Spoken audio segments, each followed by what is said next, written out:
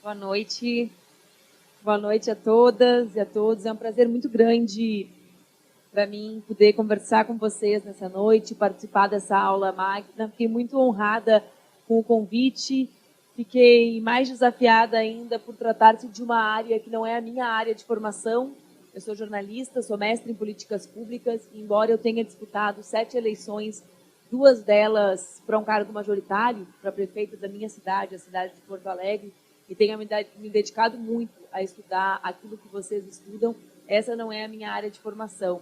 Mas eu fiquei muito honrada, Otávio, quando tu me convidaste, e queria compartilhar esse sentimento com vocês, porque isso, para mim, demonstra vários avanços da área de vocês e da interpretação sobre o significado de vocês no mundo. E acho que é importante que a PUC do Rio saiba disso. Eu sou filha de uma PUC, né? Eu sou filha da PUC do Rio Grande do Sul. Ouvi as falas tanto do nosso decano quanto do nosso vice-reitor falando sobre democracia, sobre a festa que é a democracia, a nossa luta por ela. Mas, em primeiríssimo lugar, talvez me convidar que possa levantar alguns questionamentos, porque ela profere numa aula magna, numa faculdade de arquitetura e urbanismo, talvez signifique uma compreensão avançadíssima de que é impossível imaginar a arquitetura, o urbanismo, o espaço público sem o debate sobre a política. Nós vivemos um tempo que talvez, dada a polarização, o acirramento, a velocidade e também a dureza dos dias que nós vivemos, mas há um tempo atrás nós vivíamos uma batalha em torno de um conceito falso, de uma suposta neutralidade de determinadas áreas do conhecimento. A área que eu venho também se pressupunha neutra, o jornalismo, imaginem vocês. Neutríssimo, né? Tipo shampoo para cabelo, neutro. Se vocês compram, acreditam que é, né? E depois vocês veem o resultado, não precisa nem esperar muito tempo. Na hora do banho já estão percebendo. Mas esse era um debate, né? Como se existissem profissionais que passassem por aqui e que não interferissem diretamente na vida das pessoas.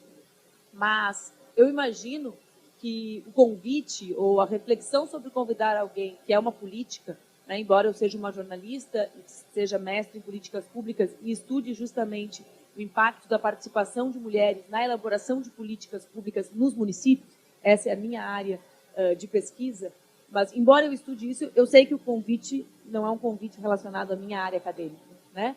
É um convite que se dá em função da minha notoriedade política, né? Ou vocês querem que eu fale sobre o meu mestrado? Posso falar sobre ele também, eu vou falar um pouco sobre ele no final. E isso, para mim, representa, então, esse primeiro ponto que eu queria abordar com vocês. Né? A ideia de que não há... Vocês estão vendo que eu organizei e tirei do telefone? Quando eu falo no telefone, o pessoal acha que eu estou no WhatsApp. Tá? Então, eu organizei e botei no papel tudo que estava no telefone, professor. Porque essa mudança geracional, quando o pessoal vê trabalhando no telefone, eles falam assim, olha, ela não é séria, está no telefone. Aí eu passei a limpo no papel para me levarem mais a sério. Você está vendo que dedicada? Eu escrevi o mestrado inteiro no celular, mas para vir aqui eu tirei do celular, viu? Mas, enfim. Então, em primeiríssimo lugar, essa ideia de que as cidades são ambientes políticos. E se elas são ambientes políticos, num Brasil como o que nós estamos vivendo hoje, né, e eu só posso falar sobre o hoje, me perdoem, eu não tenho como fazer divagações filosóficas diante da urgência do hoje. Né? Eu sou como Carlos Drummond de Andrade, né? Não nos afastemos muito. Né? Eu vivo no tempo presente, o tempo é a minha matéria. Né? E o tempo me obriga a falar sobre o hoje. Né? Existe uma urgência no hoje. Então, se nós pensamos que as cidades são políticas, nós precisamos necessariamente ressignificar a política, ou ressignificarmos coletivamente a política. Se nós queremos pensar no papel da política na vida das pessoas, se nós acreditamos que a política pode ser, como eu acredito ao longo da minha vida, eu não decidi entrar aos 16 anos de um partido político pequeno como o meu, por nenhuma razão, que não acreditar que a política, independente das ideias e diferenças que possamos ter, pode ser o espaço de construção do chamado bem-viver, do bem-estar, da ideia de que as pessoas podem partilhar de uma vida melhor. Né? Então, Se nós acreditamos ainda nisso, há uma urgência em ressignificarmos isso. Nós não somos todos iguais nessa cidade. Existem condições hoje, no Brasil de hoje, nessa urgência temporal de debatermos o Brasil de hoje, existe como nós afirmarmos nessa sala que nessas cidades, que são, portanto, espaços políticos, todos os nossos corpos são corpos iguais? Existe como eu olhar nos olhos de vocês e dizer que existe a mesma probabilidade da minha filha de 4 anos, branca e loira, ser executada do que a menina Ágata? Todos vocês sabem que não. E vocês sabem que parte das respostas disso são relacionadas ao espaço que elas vivem, a forma como esse espaço é percebido e a forma como o corpo é percebido em cada um desses espaços. Né? No nosso caso, num país como o nosso, um país estruturado a partir da desigualdade econômica, racial e de gênero, sobretudo a partir dessas 3, né? E que vem crescentemente tendo fomentada outros ódios, como é a LGBTfobia, por exemplo, mas que tem a desigualdade, não vou falar sobre isso, né? Mas tem para mim é um valor importante que a gente compreenda que a desigualdade econômica no Brasil não é um valor absoluto, porque ela é o que organiza a diferença. Então, é verdade que o corpo da minha filha Laura, que vive num bairro de classe média, né, é percebido de forma diferente por um conjunto de fatores, né, que são relacionados à situação econômica, mas também é verdade que vocês sabem que no mesmo ambiente, se ela e uma menina negra, ou se um menino, vamos dar um exemplo mudando o gênero, para que percebam mais claramente o que eu quero falar.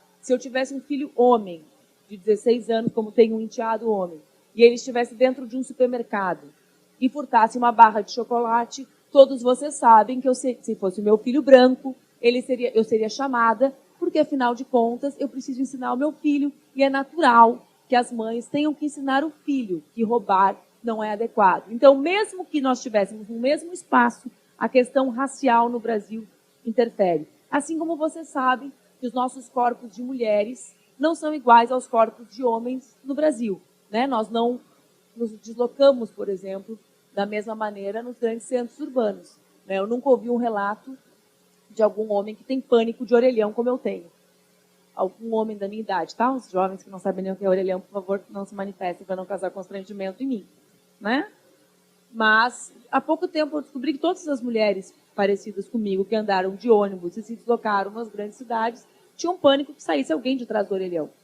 Né? Porque os obstáculos nas grandes cidades, nas calçadas, em cidades que não são ordenadas para que as pessoas transitem, não tem impacto igual nos corpos de mulheres que são suscetíveis à violência sexual e nos corpos de homem que não traçam rotas mentais, colocando isso como um dos seus elementos de tensão. Então, é preciso ressignificar a política e é preciso levar em consideração o conjunto de elementos que tem relação direta com o nosso país para a ressignificação dessa política. E é por isso que, para mim, é tão importante que a gente compreenda de que povo nós estamos falando. Então, se as cidades são espaços políticos, é preciso ressignificar a política, mas é preciso saber para quem nós queremos construir a política. Quando o professor Júlio fala que esse é um espaço de felicidade e de alegria, e eu concordo, né? Eu reivindico a alegria como uma bandeira. Existe um poeta uruguaio, talvez por eu estar chegando de Montevidéu agora eu esteja com ele na minha cabeça, um poeta uruguaio que chama-se Mário Benedetti, tem um poema que chama-se Defesa da Alegria, né? É preciso transformar a alegria numa bandeira, mas para mim a alegria tem relação com perceber que a desigualdade, né? que nós não somos todos iguais e que é profundamente triste saber que existe uma menina que pode ser morta nas mesmas condições da minha filha. É possível ser feliz nesse território? Então, ressignificar a política passa por isso, professor, né? Por compreender a democracia como esse instrumento de ressignificação ou não, mas também de saber o que nos costura enquanto sociedade, o que nos faz feliz enquanto sociedade, quais são os valores. Nós nos percebemos como diferentes? Nós sabemos que nós não somos todos iguais nessa cidade? Vocês, quando olham para a cidade, conseguem perceber quem vive ali? Eu lembro, há muitos anos, a primeira vez que eu tive acesso a um livro do Jean Gehl, que ele dizia, se perguntar para um veterinário o que precisa para um cachorro viver, ele vai saber responder. Se perguntar para um arquiteto numa grande cidade o que precisa para um ser humano viver, talvez ele não saiba responder. Qual é a altura do prédio, como ele se sente confortável. E eu pergunto, será que a gente sabe responder como é uma cidade que uma mulher se sentiria melhor? Será que a gente consegue? Eu não falo do lado de quem vive a denúncia cotidiana do que são os nossos obstáculos de construir desse espaço um espaço ressignificado. Mas se nós tivéssemos a oportunidade, vocês, num laboratório, de sentar e construir uma cidade imaginária, quais as políticas que seriam as determinantes para vocês? No meu trabalho, no meu mestrado, a minha dissertação era se a presença de mulheres interferia nas políticas de gênero. Se mais mulheres na política municipal construíam mais políticas para as mulheres, elas não constroem. O resultado final é um trabalho quantitativo que elas não constroem. As mulheres de esquerda constroem mais política para as mulheres. E a hipótese que me surgiu depois de ficar 2 anos estudando é que talvez as políticas que eu tenho estudado, que são as políticas que as mulheres reivindicam como suas, historicamente, não sejam as políticas que talvez as prefeitas identifiquem como as mais necessárias. Talvez as prefeitas consigam enxergar aquela cidade com mais propriedade que o movimento organizado de mulheres. Esse organizado entre aspas, tá, gente? Quando forem editados depois os vídeos para fazer fake news, agora eu falo me legendando. Porque daí tá perto assim, sabe? É difícil de editar. É difícil a vida, gente. É tudo assim agora. Vocês compreendem o que eu quero dizer? Então, talvez as prefeitas dos pequenos municípios saibam que uma mulher vive melhor na vida real, com mais vagas em creche, porque o problema mais urgente é o trabalho. E é impossível trabalhar sem ter onde deixar o filho. E isso é hierarquicamente superior numa vida, mesmo de uma mulher violentada, do que a delegacia. Porque para sair, é hipotético isso, tá? Esse é o meu projeto de doutorado, mas isso é uma hipótese para levar vocês à reflexão do que eu quero dizer, da necessidade de saber que nós não somos iguais. Existe como sair da roda da violência apenas para debater gênero, já que 75% de vocês são mulheres e acho, pelas expressões faciais, que são feministas. Posso estar enganado? Acho, porque também nem os estereótipos se preservam mais, professor. Esses dias tinha um que acreditava que o Brasil tinha sido comunista e era barbudo. Falei, amigo, vamos preservar os estereótipos, porque a turma da barba é...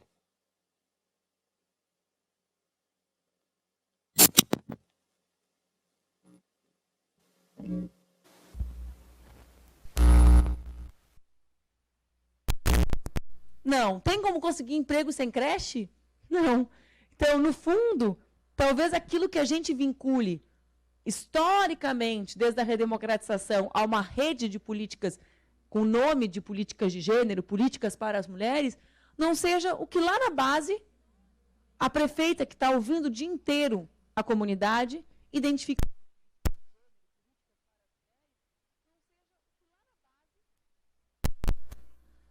Para ser eminentemente democrática, porque essa é uma das disputas que nós enfrentamos, para ser eminentemente ligada aos direitos humanos, porque eu sou uma defensora dos direitos de todas as pessoas, da dignidade de todas as pessoas humanas, eu defendo que essa cidade, que é um espaço político, é um espaço de todos os corpos, e que não há um corpo que brilhe no escuro, porque esse seria um critério para tornar um corpo diferente do outro, apagar a luz e brilhar, né? Que nem aquelas estrelinhas que tinha no céu de noite, não há um corpo diferente do outro. Então, para ela ser profundamente democrática e profundamente vinculada a todos serem enxergados como humanos, nós precisamos saber que não somos todos iguais, que uns têm privilégios ao ocupar esse espaço.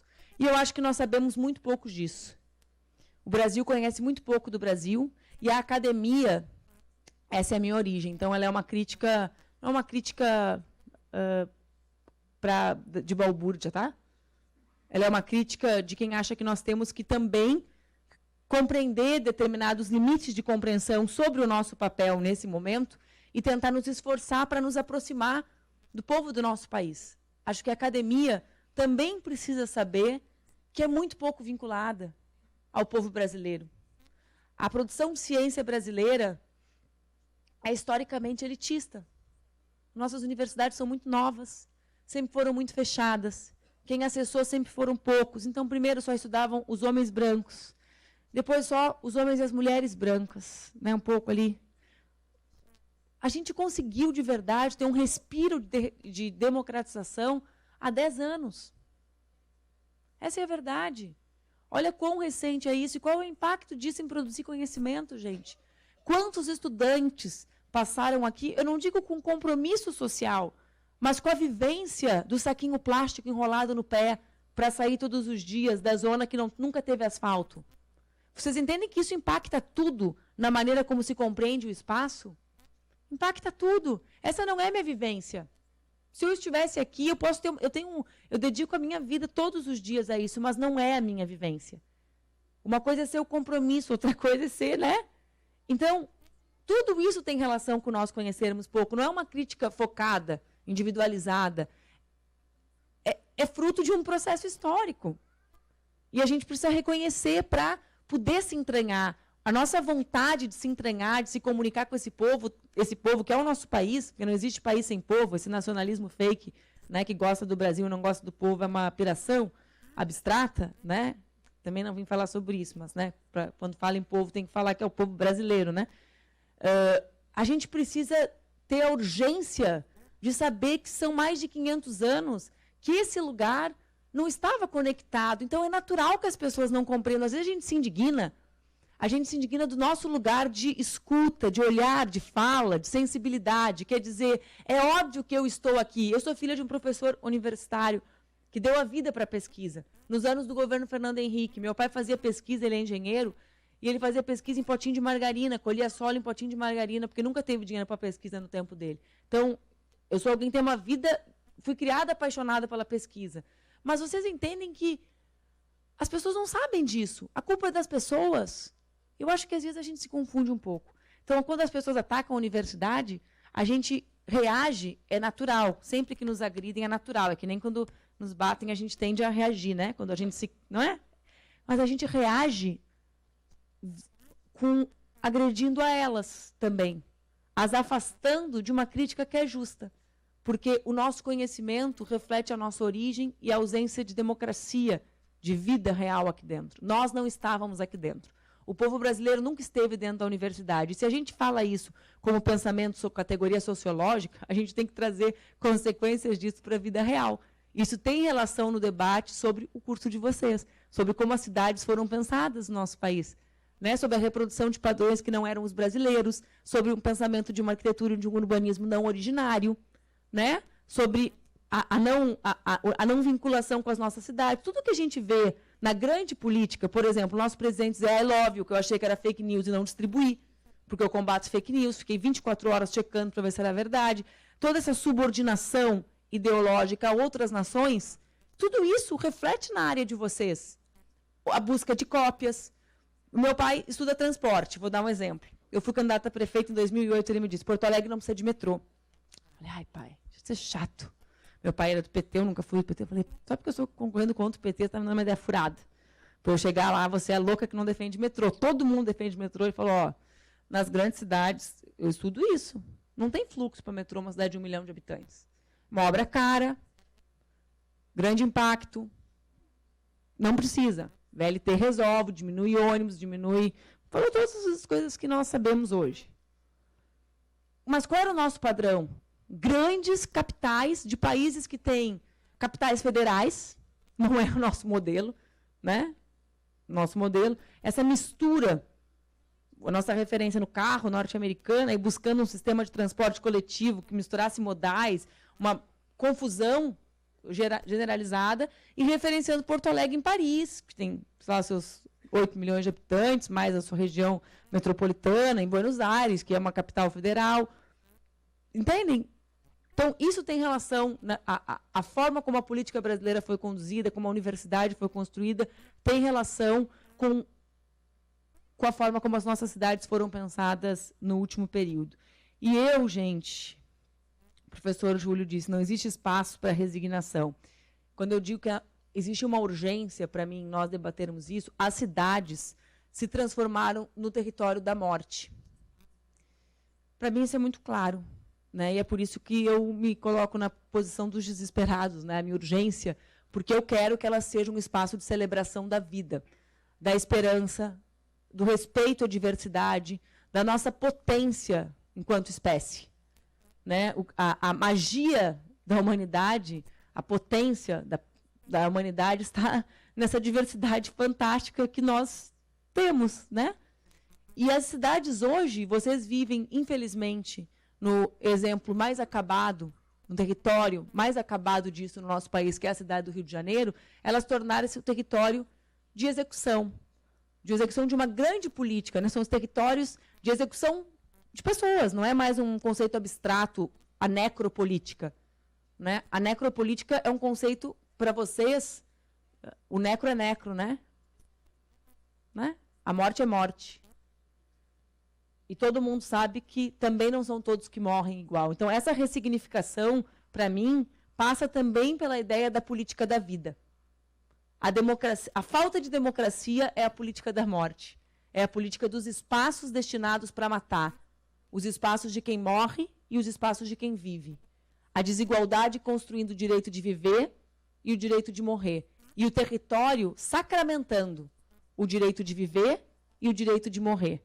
E a política de combate a essa desigualdade, né, que é a desigualdade da terra, ter ou não ter, da comida, ter ou não ter, mas que são as desigualdades também dos nossos corpos, ser branco ou não ser mulher ou ser homem, ser LGBT ou não ser, ou ter aparência de LGBT, porque eles têm um sensor, né? A pessoa tem jeito para eles. Já viram isso? É jeito. O que justifica a violência é um jeito. Uma coisa que eles inventaram agora. Então, se é isso, nós temos que fazer a política de antítese disso, porque esses territórios são os territórios de disputa desse poder. As pessoas vivem nesses espaços, as pessoas não vivem no Brasil abstrato, citado lá na ONU pelo Bolsonaro, né? Com esses agentes cubanos infiltrados. Vocês sabem que eu achei que estava rolando pânico na rádio na hora da ONU? Olha, professor, é minha vida dar um livro. Eu entro no Uber, vi que o menino não tinha votado em mim pela expressão. Rádio ligado, falei assim, ele ainda está ouvindo pânico. Então, imitando o Bolsonaro falar que tem socialista infiltrado no Brasil. Fiquei só de olho. Começou a falar, falei, mas é de verdade? Mas é uma loucura, não é deboche. Mas, meu Deus do céu. Então, nós somos aqueles que devemos construir as políticas que mitigam, mas mais do que mitigam, que enfrentam efetivamente essas tensões, mas que mitigam no tempo em que ainda há necessidade de mitigação delas. Né? Porque, se de um lado nós queremos enfrentar a necropolítica definitivamente, ou eu me somo aos que querem enfrentá-la definitivamente, cada dia é um dia. Né? Não existe mais a Ágata. A mãe da Ágata nunca mais vai vê-la. Eu não me conformo com isso.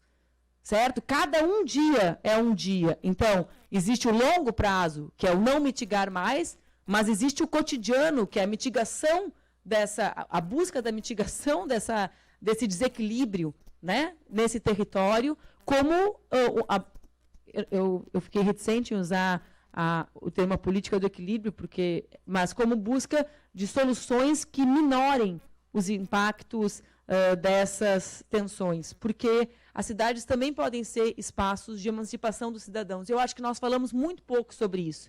Eu acho que existe um interesse muito grande nesses que conduzem a política de várias formas também, que tem mais relação com a minha área, né, que é a comunicação, mas que constroem a partir das fake news, desse discurso ultramoralista, ultraconservador, mas também há um interesse que nós nos apeguemos a pautas descoladas da realidade cotidiana das pessoas, não que nós não tenhamos que enfrentá-las, vocês me conhecem e sabem que eu as enfrento, eu não estou dizendo que nós não tenhamos que enfrentá-las como alguns falam, mas eu acho que nós também precisamos compreender que a emancipação das pessoas acontece nesse território baseada, sobretudo, em 3 elementos que esses que são contra a democracia e que são contra os territórios mais iguais, ou igualitários, e que nós sejamos vistos como iguais, os nossos corpos, que é a ideia de que a terra, o trabalho, e o teto são os elementos centrais da nossa emancipação. Ou seja, é impossível permitir, né, que haja equilíbrio se a pessoa não tiver o que comer, e isso tem origem, sobretudo, de políticas relacionadas ao emprego e à renda, né, não só ao emprego, acredito eu que no mundo futuro cada vez menos ao emprego e mais a ideia de renda, porque está provado que com um conjunto de avanços tecnológicos nós só precisaríamos trabalhar 12 horas, né? Ninguém fala sobre isso, mas essa é a realidade, e isso também está no centro da crise econômica que nós vivemos, né? Não é uma crise apenas de uma forma de governar, né? É uma crise também de um conjunto de tecnologias que avançam, que deveriam nos libertar, e de pessoas que estão segurando elas, ou seja, as tecnologias, imaginem, gente, permitiriam que a humanidade trabalhasse 12 horas por semana. Isso significa viver a vida nesse território. Significa que as praças poderiam ter pais e mães com seus filhos, que nunca mais vão ser crianças. Não tem esse monte de propaganda ridícula de Dia das Mães, aproveite seus filhos, que aproveitar filho trabalhando 44 horas por semana, ficando 16 dentro de um ônibus trancado. Que filho que se aproveita, é por isso que depois dizem que o bom é ser vô. Claro, está aposentado. É óbvio. A idealização de ser avô no capitalismo tem relação com isso. É óbvio, estava, né? Mas a idealização tinha a ver com não trabalho. Óbvio. O pessoal é óbvio que tem relação com isso. É um inferno a maternidade, sobretudo a maternidade. Num mundo que nem esse. Porque esse assume sozinho, né? Também não vim falar sobre isso, mas essa é a realidade em geral. Ninguém levante a mão e fala assim, eu não sou assim, tá? Por favor. Meu marido também não é assim, nós não estamos falando de vocês, nós estamos falando dos dados gerais. Não se sintam ofendidos, né? Então, percebam isso, né? Não existe como se emancipar se não existe casa, se não existe terra, no sentido de quem, tanto para a produção, para quem produz, quanto para alimentação, para comida, né?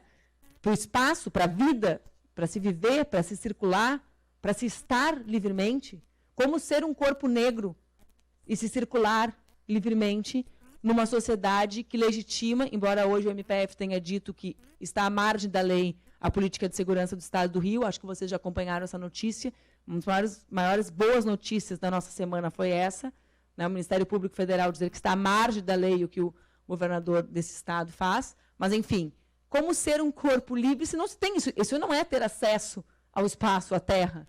Né? Como se ter? E sem teto, sem terra e sem trabalho.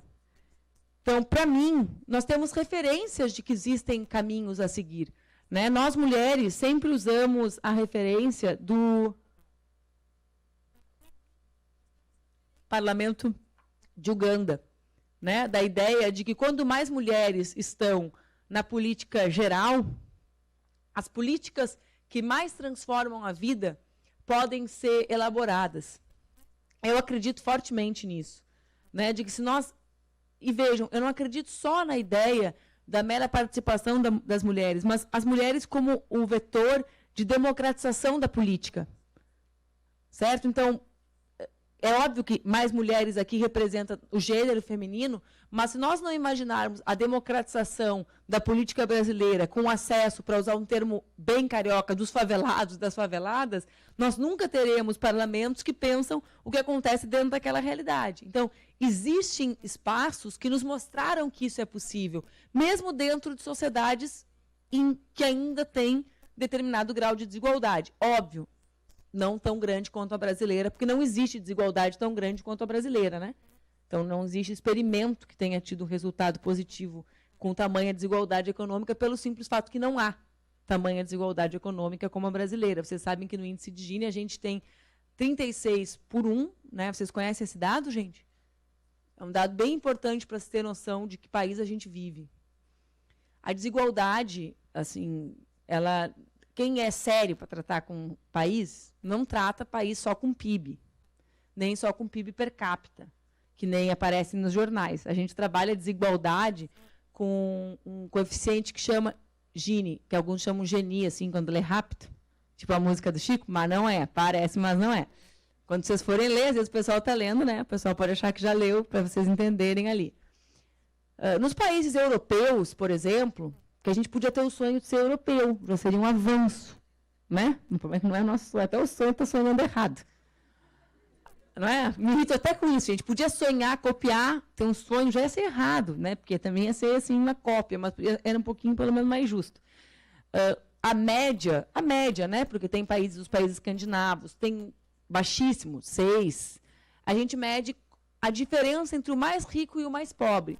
Então, não interessa assim, se a pessoa é o médico mais badalado ou se ela é o técnico em enfermagem. A gente mede a diferença salarial. Então, o salário mais alto é 6 vezes maior do que o mais baixo. 6 por 1, a gente fala. Num país bem desigual, então, na Europa, isso é entre 10 e 11, a média, tá? É baixa. O México, os Estados Unidos, que é um país bem desigual, que basicamente não tem Estado, é 20 por 1. O Brasil é 36. Vocês entendem o que é isso? É quase o dobro dos Estados Unidos, que é uma das sociedades mais desiguais do mundo. Isso interfere em tudo. Eu que tenho uma filha pequena, por exemplo, vou dar um exemplo besta para vocês, talvez seja besta para vocês, tá? As pracinhas, sabe as pracinhas? Essas que ninguém dá muita bola, um dos espaços públicos de lazer? Pois é, as pracinhas, elas são espaços muito importantes nas capitais europeias, né? As praças, com espaços para crianças. Estranhamente, nas capitais europeias, em geral, nunca tem uma placa dizendo que os pais são proibidos de brincar com os filhos. Aqui sempre tem, né? Só até 12 anos, só até 10 anos. Já viram isso? É que, claro, né, gente, é um saco ficar na pracinha 4 horas. Tá? Um dia é legal com afilhado. Tá? A vida inteira, assim, dura uns 8 anos a pracinha, gente. Certo? Aí vocês depois falam assim, olha aquela foto daquela mãe dizendo o WhatsApp durante a pracinha. É porque é chato, né? Porque a gente não pode fazer nada durante aquele tempo. E a criança tem que se movimentar fisicamente, né? Então, eu nem vou falar de coisas que têm relação com a desigualdade de dinheiro das cidades. A pracinha ser de madeira, porque até a longo prazo, o investimento em tantas pracinhas de madeira seria reduzido com uma pracinha de um material bom, certo? Que é um gasto burro comprar a mais barata. Mas eu vou dizer sobre isso. Eu me dei conta. Brincando com a Laura, eu fiquei um período, agora eu não estava fugindo, eles mentiram num jornal que eu estava fugindo, eu estava escrevendo um livro na Escócia, eu fiquei 2 meses e ia todo dia, depois que ela saía da creche, na pracinha com ela. Por que não tem? Porque não tem babá, né? Claro, daí as mães, para elas ficarem na pracinha todo dia durante 8 anos, né, gente? Elas trabalham menos, né? A jornada é bem menor, então todos os dias elas vão na pracinha, porque a jornada é bem menor, né? Vocês entendem isso. Então, 5 da tarde fecha o comércio, naquele país horroroso socialista que é o Reino Unido. Aí deve ser, né, gente? Aí eles... Por quê? Porque as mães ficam descendo o escorregador com os filhos, porque não tem alguém que fica ali, né? Naquela coisa, pega e sobe, 4 horas. Que é uma chatice fazer aquilo. Quem faz no Brasil? Aí eu me dei conta, claro, quando eu levo a Laura na pracinha, eu sou a única mãe. Quase todo mundo que pode levar na pracinha é babá. Pai só consegue de vez em quando no final de semana. Porque, claro, como eu não tenho o final de semana, eu levo quando? Aí eu me dei conta, falei, claro, é genial. Aqui é proibido. É fácil proibir. Né? Por quê? Porque a desigualdade cria uma categoria de uma terceirização, que nós chamamos, em geral, são as mulheres negras que ocupam, né? Percebem uma diferença? Um detalhe que é desigual. É um detalhe, né? Só que tem relação com algo que a desigualdade cria, que tem relação com a ocupação de um espaço, com a forma como as mulheres ocupam aquele espaço, com a forma como as crianças ocupam aquele espaço, com a forma como as crianças vão interpretar o mundo, né? Do brincar, do lúdico, de tudo. Né? Da desatenção, porque quem fica 4 horas com uma criança, é óbvio que eu não fico 4 horas olhando para a Laura, no olho dela, Lacan diria, a criança precisa de uma criança que a sustente. Depois de meia hora eu penso no Lacan assim, Lacan, desculpa, desisti de sustentar o olhar sustentando a Laura, vou sustentar a minha vida, que eu preciso trabalhar, vou ficar no celular. Né? Quem que aguenta? Alguém aguentaria? Todo dia só olhando, agora vem aqui, sobe, empurra o balanço. Não dá, gente. Né? Lá os brinquedos são adaptados para a gente entrar. Tem relação com desigualdade social, gente. É nítido. Então, eu estou dando só um exemplo. para vocês verem como a economia, algo nada a ver, né? Não tem nada a ver com a vida de vocês, o coeficiente de Gini, como é que a gente mede desigualdade, qual é a relação do mais salário maior para o menor, se existe babá ou se não existe, se existem mulheres que estão terceirizando ou não estão terceirizando, se Lacan diz que a gente tem que sustentar a criança ou não, com os olhos, se os americanos dizem que para desenvolver a primeira infância tem que ficar 1 ano e meio em casa, e aí importam essa teoria para o Brasil, e aí não sabem que no Brasil não tem nada além da televisão para as crianças, e aí fazem programa primeira infância, tira da creche, maravilha, tira da creche. Faz o quê? Faz o quê? É lindo, né? É lindo. Vejam, tudo tem relação com o que vocês fazem, porque tudo que nós desenvolvemos nas outras áreas de saber acontece no território que vocês constroem. Não adianta nada Harvard ter o maior estudo sobre primeira infância e dizer que todo o desenvolvimento cognitivo, toda a base, o alicerce, os 1000 termos que eles constroem, e eu estudo bastante isso, para o desenvolvimento neurológico, durante toda a vida futura da pessoa, vai acontecer até 3 anos. Por favor, pais e mães, fiquem com as crianças, levem para a praça, num lugar em que não existe isso, né? Que a maior parte nem ter acesso a isso.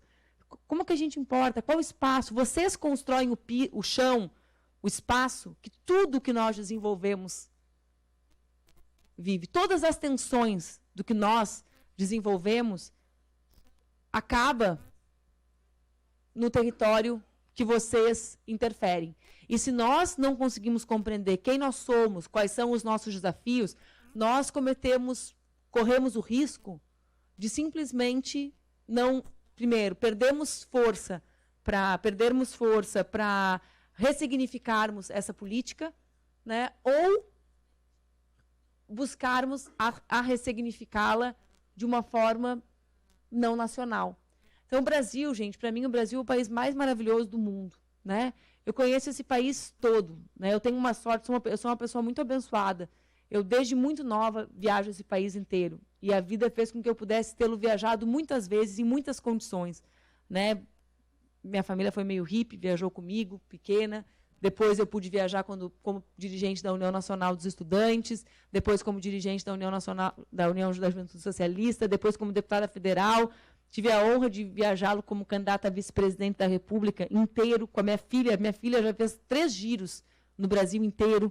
Depois lançando o meu livro, e a única conclusão que eu chego é que não existe como um país com tanta riqueza, com tanta diversidade, com tanta criatividade para solucionar os seus problemas, não aproveitar a capacidade instalada do seu povo para construir, em primeiro lugar, as riquezas que nós precisamos para enfrentar a crise econômica, que é real, que é profunda e que faz com que o nosso povo viva sem teto, sem terra e sem trabalho, mas também para enfrentá-la de um jeito nosso. Não é possível que um povo que consegue construir e viver nas condições mais diferentes do mundo, gente, vejam o Nordeste, né? Vejam como são criativas as formas, a forma de construir, a forma de refrigerar, de enfrentar o calor. E a gente continua com a ideia de que quem entende de calor deve ser o pessoal que vive em São Petersburgo, né? Mas não é assim que a gente trata? A gente vai para o Texas buscar a solução. É verdade. Existem muitas respostas para nós enfrentarmos. E eu tenho muita esperança que essas respostas serão dadas pela geração de vocês. Se existe algo de muito bom em todos os horrores que nós estamos vivendo, e eu acho que nós estamos vivendo muitos horrores, e acho que todos aqueles que têm um coração no peito acham que nós estamos vivendo muitos horrores. Eu não acho que dizer que o Brasil vive horrores é uma coisa de esquerda, né? Realmente eu não acho. Mas existe algo que é muito fantástico. Existe uma geração de homens e mulheres muito mais jovem do que a minha, né? Muito mais jovem, que recém entrou na universidade, que agarrou essa oportunidade de uma universidade mais democrática com toda a força de quem sabe o que significa isso e que eu acredito, né? E essa é a minha esperança, não abrirá mão de desconstruir ou não permitirá que a barbárie vença. Né? Os nossos territórios, as nossas cidades e, portanto, a nossa política estão na mão de vocês. Muito obrigada.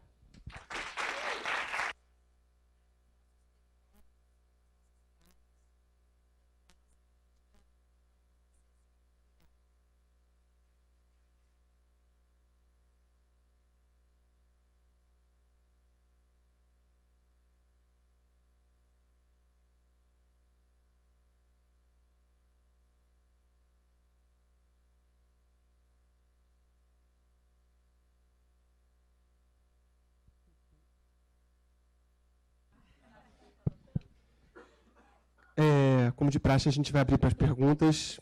Bom, está aberto aqui, então, o microfone para quem quiser fazer perguntas.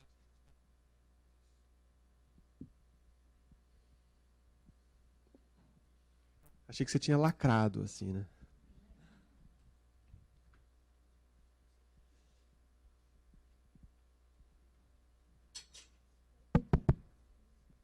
Oi, boa noite. Boa noite, gente. Meu nome é Ingrid. Pedi licença aqui, que eu também não sou da área. Sou também do jornalismo aqui da PUC. Mas eu gostei muito, Manu, de toda a sua fala, obviamente. Mas me chamou muito a atenção a parte que você fala de projeto de vida, né? Que a democracia é um projeto de vida, que a gente tem que colocar ela como antítese desse projeto que está sendo colocado. E eu acho que, em especial nessa discussão, novamente, me intrometendo, com muita licença, no debate de cidade e organização urbana, na questão da militarização, que é muito presente aqui, pelo menos na nossa cidade do Rio de Janeiro. E eu acho que a gente, quando pensa em militarização, a gente pensa automaticamente em polícia, em aumento da polícia, em políticas de segurança e tudo mais, que é o que a gente também tem visto aumentar cada vez mais nesses governos eleitos ano passado. Mas as mulheres... Bom, existe um acúmulo também, né, de que a militarização não é só uma questão do aumento das polícias, e sim a gente olhar para a militarização e discutir, se aprofundar nessa questão, nesse problema social, porque a militarização é também um deslocamento da lógica social local. Ou seja, é também pensar a falta de lazer, a falta de transporte, a falta de luz. E por que eu estou dizendo isso? Nas cidades, né, nos locais, nos bairros. E por que eu estou dizendo isso? Porque a lógica da militarização, se a gente pensar, é uma lógica do controle dos corpos e da vida das pessoas. É uma lógica de pensar uma cidade, um espaço sempre em conflito, sempre em guerra, onde o poder público vai atuar justamente controlando os indivíduos, né? E isso também é, de certa forma, uma lógica patriarcal. Então, tem tudo a ver com o que você está falando. E é por isso que as mulheres debatem isso, assim, as feministas, ou pelo menos da minha organização, a gente costuma debater muito essa questão da militarização da vida e dos corpos das pessoas quando a gente vai debater cidade. Eu acho que é um ponto importante para os estudantes aí de urbanismo, arquitetura se debruçarem também, e para todos nós, estudantes de diversas áreas, e cidadãos e cidadãs, pensarmos na cidade que a gente está vivendo. Enfim, queria colocar isso mais para pontuar e dialogando com essa questão que você trouxe, porque desmilitarizar também é democratizar, né? Desmilitarizar é você pensar políticas públicas observando os cidadãos e as cidadãs também como agentes da cidade, também como interventores, também como protagonistas, porque a gente não está só aqui para passear e andar por aí e, sabe, sei lá, e não interagir com a cidade que a gente está vivendo, né? Então, enfim, só para pontuar aí, para ampliar o debate, a discussão. Obrigada. Ninguém? Eu vou responder tudo junto, tá, gente? Para falar menos.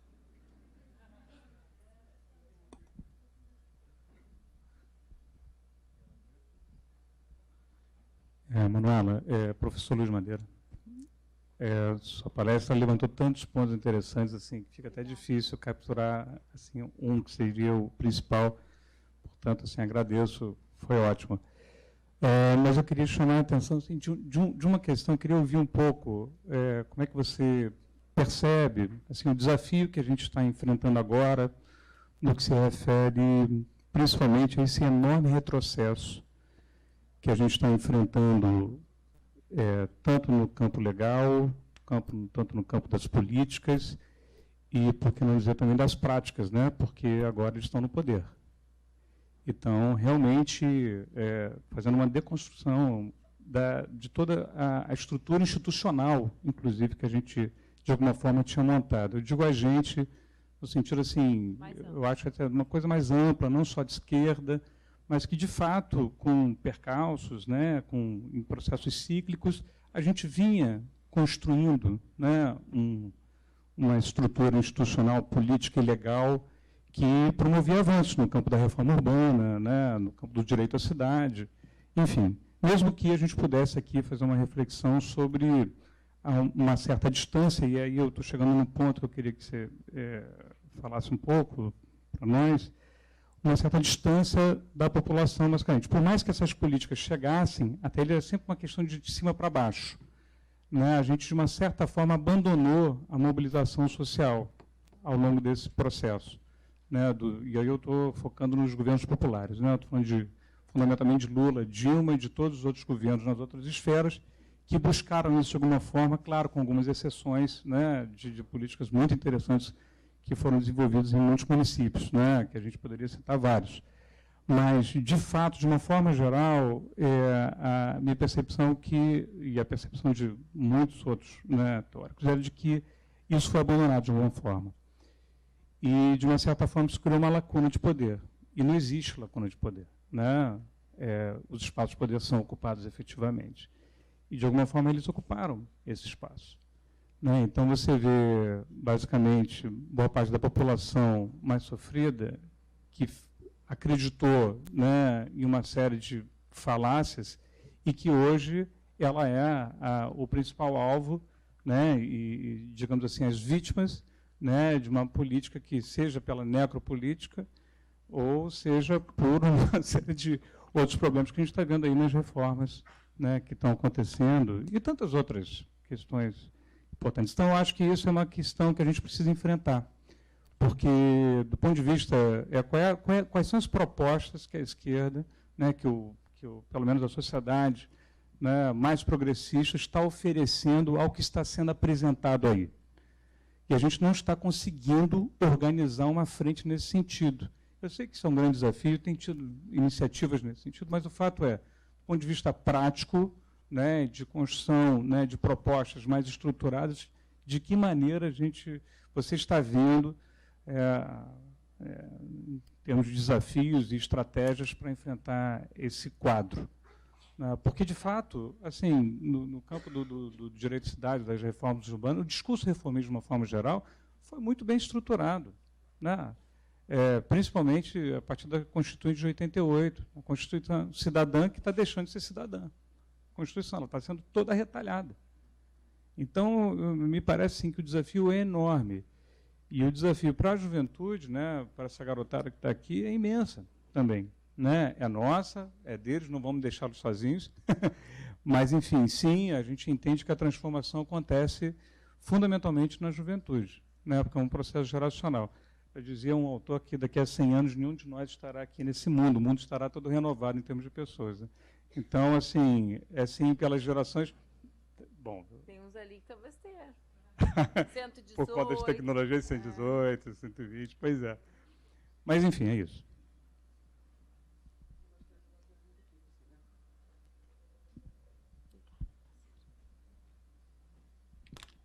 Boa noite, meu nome é Thaís. Primeiro, eu tenho uma admiração enorme por você, pelo seu trabalho. Eu sou arquiteta formada aqui na PUC, mas sou estudante de pedagogia. Ah, que ótimo. E, assim, com relação à questão da percepção das desigualdades, é uma coisa que me assusta muito.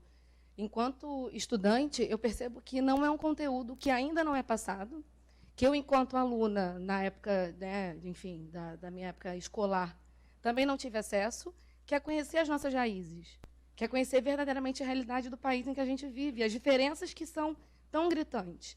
Então, eu reconheço o lugar de privilégio que tenho e que sempre tive, e me incomoda muito perceber que, por exemplo, na cidade do Rio, se você anda 15 minutos, você está numa realidade completamente diferente, de extrema miséria, e que eu não sei se é ignorar essa realidade ou se é realmente não perceber. Eu queria muito entender como você vê essa questão, porque eu vejo que existe uma cegueira, de certa forma, assim, ou por desconhecimento, ou por não acreditar mesmo, porque assim, a realidade da nossa cidade, do nosso país, é que a grande maioria da nossa população vive uma realidade completamente contrária à nossa, né? Que está, por exemplo, né? Que tem acesso verdadeiramente à educação, enfim. Então, assim, quando eu acabo participando de um projeto social, enfim, quando eu estou nesses locais, que eu vejo que a fome é a realidade e que é de grande maioria, eu fico me perguntando como que as pessoas não percebem, ou não notam, ou não sabem, porque às vezes não sabem. E como que essa política que está agora em vigor, como que ela se aproximou dessa população mais carente? Isso também assim me impacta muito, se foi um projeto de fato construído, sabe? Era mais ou menos isso.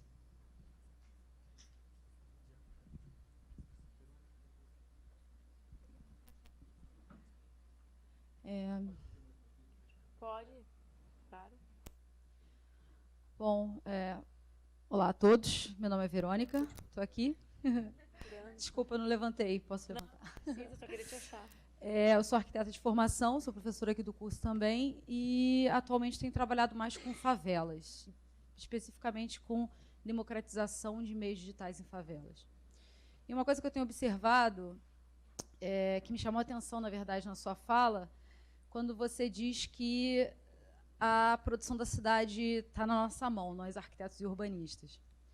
Eu tenho uma percepção diferente, não sei se meus colegas concordam comigo, mas a gente tem 1/3 da população que mora em favelas. Dentro dessas favelas, o Estado não entra, isso é sabido. O Estado simplesmente se retira, portanto, não produz esse espaço. Outros espaços similares são, não necessariamente favelas, mas são organizados por milícias, e, de novo, o Estado não entra, portanto, nós, arquitetos, também não entramos. E a gente tem um prefeito especificamente que, na calada da noite, por exemplo, destomba uma praça no centro do Rio de Janeiro para vender para especulação imobiliária, construir um prédio imenso. Então, no final das contas, a sensação que dá é que nós, arquitetos, realmente não temos nada a ver com a cidade como ela está sendo construída. Então, essa é uma percepção minha como arquiteta. A minha pergunta para você, você que está do outro lado, né? Então, a minha percepção como arquiteta é que, na verdade, a cidade ou é produzida por traficantes e milícias, ou pessoas que simplesmente constroem suas próprias moradias porque o Estado se retira, e, de outro lado, ela é comandada por uma certa política que a gente não entra, a gente não tem brecha. Então, eu queria entender, do seu ponto de vista, como é que você vê essa brecha para a gente efetivamente começar a discutir uma política tecnicamente do lado dos arquitetos. Obrigada.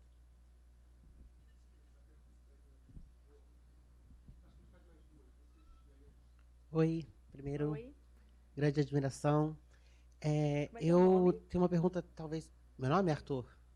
Eu tenho talvez uma pergunta um pouco pessoal, porque tem uma questão que me preocupa muito, que é a questão de uma pessoa que nós sabemos que teve um julgamento completamente injusto e ela passa ainda hoje seus dias presos numa cadeia em Curitiba.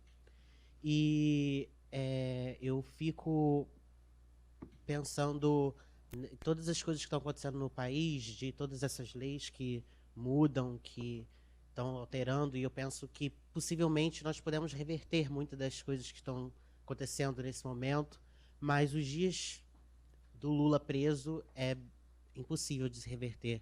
Então eu queria te perguntar o quão importante seria essa causa para você, eu não sei quanto você se sensibiliza por isso e o quanto a gente, de repente, deveria estar falando mais sobre isso, eu acho. Mais ou menos isso.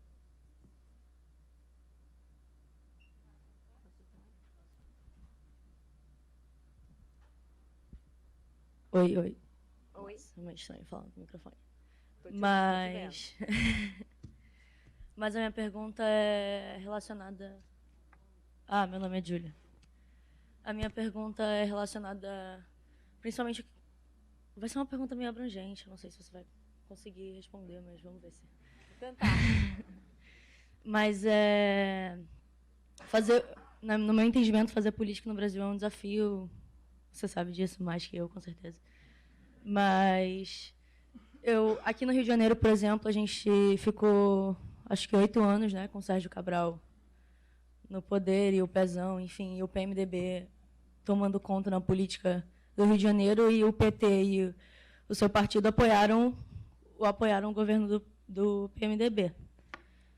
Eu queria saber como você acha que se deve fazer política, se você acredita na realpolitik, se você tem que se misturar com essas pessoas que ocupam o Congresso e a política nacional, e, ao mesmo tempo, a gente enxerga que a gente teve alguns avanços com o PT, mas ele se misturou com esses partidos, e que partidos como o PSOL e partidos menores que se recusam a todo tempo se misturar com outros partidos estão ali sem conseguir se eleger, enfim. Eu queria saber o que você acha. Qual é o melhor caminho? Ou se tem alguma alternativa? Não se eleger ou se coligar com outros? Tem mais alguma? Boa noite. Primeiro, eu queria agradecer, porque é muito difícil nessa universidade a gente ter uma abertura para falar sobre política dessa forma tão aberta. Eu queria agradecer ao Departamento de Arquitetura por poder proporcionar esse momento. Muito obrigada.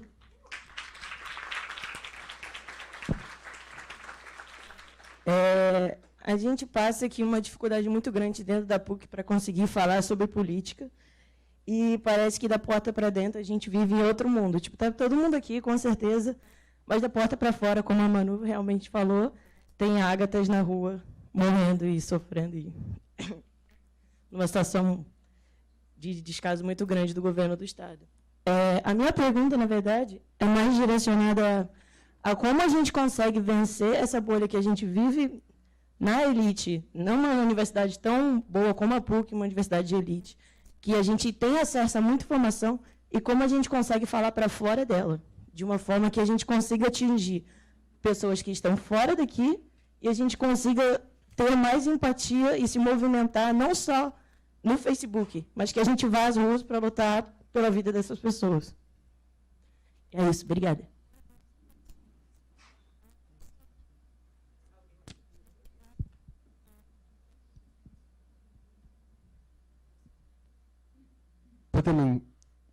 Estou por ti. Se tiver mais alguma pergunta.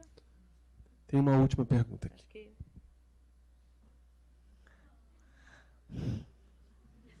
Oi?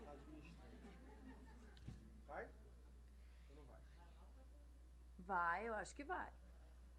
Se quiser chegar aqui mais perto para fazer também. Vamos lá? Vai sair? Eu queria me perguntar.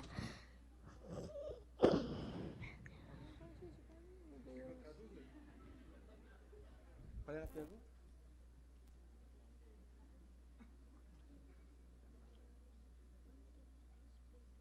Pergunta aqui no meu ouvido, eu escuto. O João quer saber por que a gente não tem respeito pelos negros, é a pergunta dele.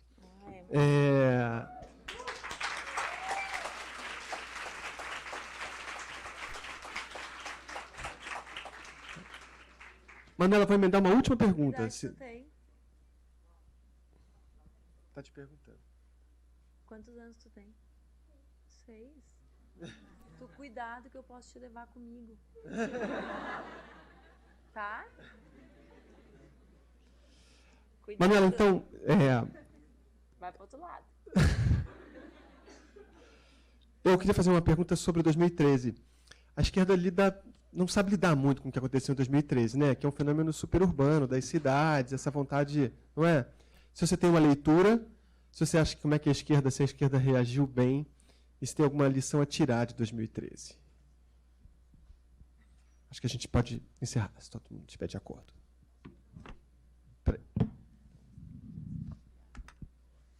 Eu queria aproveitar a pergunta do amigo, que eu não sei o nome. João. Na verdade, porque eu me identifiquei muito na sua fala, Manuela, sobre ser mãe, né? Ser mãe na cidade. E como você começou falando que na política a gente tem, né? Quanto mais mulheres a gente tem na política, mais a gente consegue produzir política, não só para a mulher, né? Mas que a gente consegue ter um olhar, talvez, e um pensamento ao outro diferente da gente, né, e produzir política de uma forma mais abrangente. Fiquei pensando muito no nosso curso de arquitetura, que você olhou aqui e falou assim, a maioria, 75% são mulheres, mas no corpo docente não, né, a gente tem uma minoria de mulheres. E provavelmente menos ainda. Exato. E é interessante porque nessa sua fala sobre a pracinha, sobre, né, filhos, eu também sou mãe de uma filha de 6 anos, e o tempo todo nas minhas aulas eu comento sobre a pracinha, sobre o que é, né, a pracinha, o lugar da pracinha, como a gente vem recusando a cidade. Então, quer dizer, é algo que está presente na nossa fala, porque a gente vive isso cotidianamente.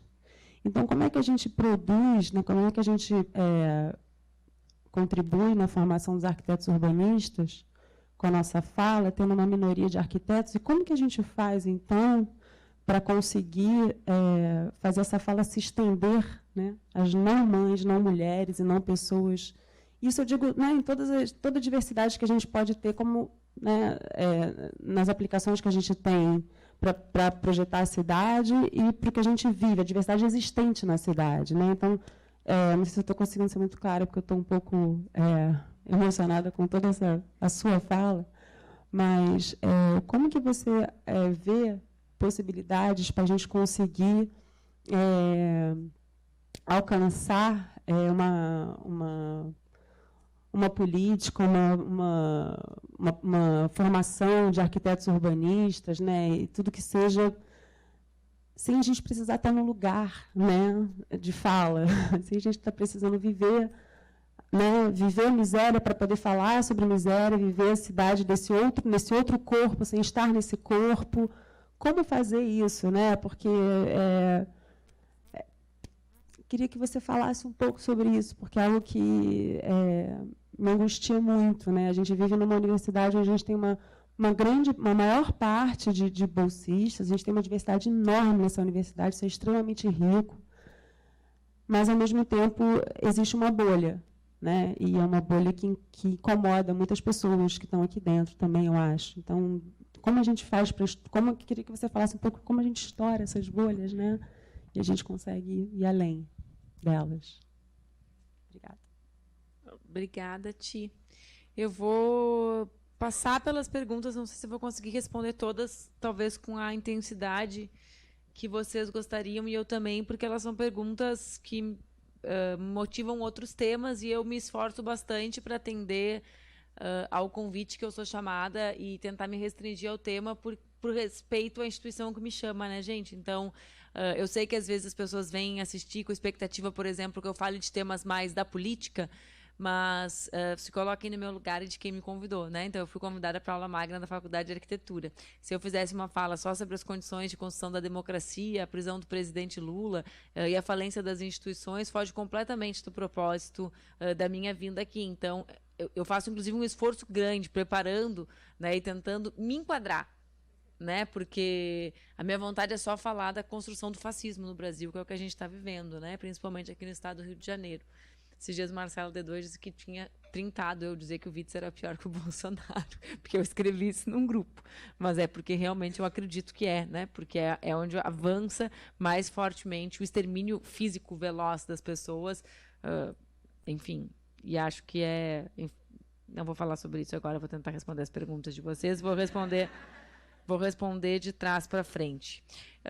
Primeiro, eu acho que existe uma combinação para a gente fazer. Eu trabalho um pouco isso até na minha dissertação de mestrado. Eu acho que a gente tem que ter um cuidado para a categoria lugar de fala não virar uma nova categoria universal. Ou seja, então, vou dar o exemplo das mulheres, né? Então, a gente cria a ideia de que a mulher deve falar pela mulher, o que é uma categoria, um lugar de fala justo, e aí a gente universaliza essa categoria como se ela respondesse por todas as mulheres, abstraindo que existem outros recortes que são importantes. Então, acho que existe a justeza do conceito do lugar de fala, mas ele não pode se tornar um novo conceito universal sob o risco de anular a própria intenção desse conceito filosófico, sociológico, né, de reconhecimento de qual é o sentido desse conceito, quer dizer, que é ouvir especificidades e histórias, lugares de classe social, né, ele é um conceito que tem um sentido que é relacionado à classe, ou seja, não é um conceito assim,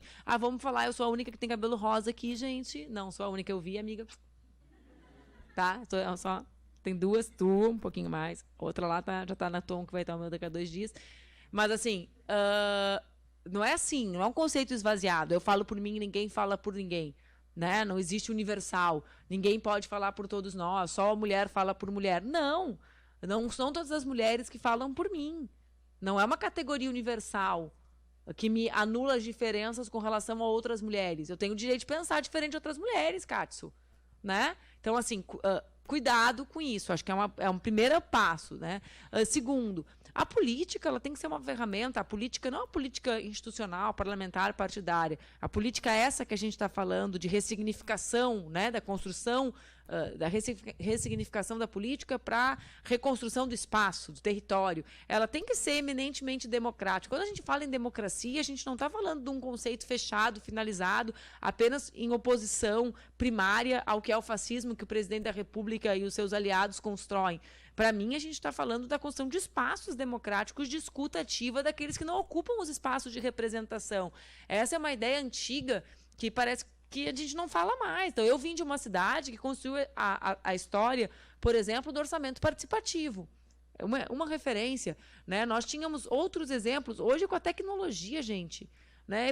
É possível escutar de forma física, territorializada e virtual, dar voz a muitos corpos, e para mim essa tem que ser uma obrigação de quem ocupa os espaços de representação, porque eu defendo a democracia representativa, certo? Então as pessoas são eleitas.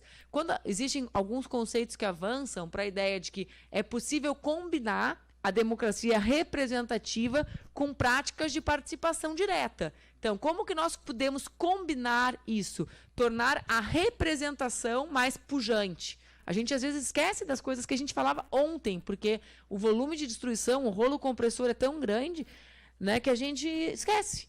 Eu tenho um marco, eu aprendi muito ouvindo as pessoas, né, muito. Eu falei já que eu sou abençoada, não é messiânica, que meu nome não é Manuela Messias, né, mas é de aproveitar as oportunidades. Mas que é uma... Eu me lembro de uma história quando a Luciana Santos, que é a presidente do meu partido, foi prefeita de Olinda. E ela dizia, eu fiz muitas coisas, eu fiz o calçadão de Olinda, mas eu nunca vou esquecer, eu nunca esqueci dessa história, de uma senhora que disse assim, tu fez muita coisa, fez esgoto, saneamento, mas sabe por que eu gosto de ti? Eu gosto de ti porque tu botou um corrimão na escadaria. Porque a vida inteira, eu tenho 80 anos, eu subi essa escada e não tinha nem corrimão nem banco.